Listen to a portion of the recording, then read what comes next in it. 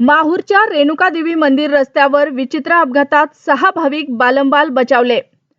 श्री क्षेत्र माहूरच्या रेणुकादेवी मंदिर पायथ्याशी असलेल्या परशुराम मंदिराकडे जाणाऱ्या रस्त्यावर वळण घेताना चालकाचे नियंत्रण सुटल्याने कारचा विचित्र अपघात झाला।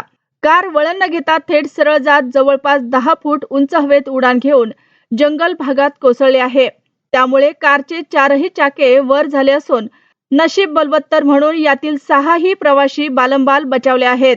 ही दुर्घटना 30 मे रोजी मध्यरात्री 2:05 सुमारास घडली आहे।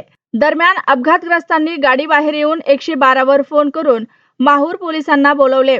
पोलिसांनी गाडीतील सौरभ महेंद्र मरोडकर वय वर्ष 27, आकाश गजानन खालकोने वय वर्ष 28, सुयोग सुरेंद्र चव्हाण वय वर्ष 28, रोशन शरदराव मरोडकर वय वर्ष 33, अक्षय प्रमोद हळदे वय वर्ष 27 व भूषण संदीपराव पिंपळे वय वर्ष 25 यांना ग्रामीण रुग्णालयात दाखल करण्यात आले।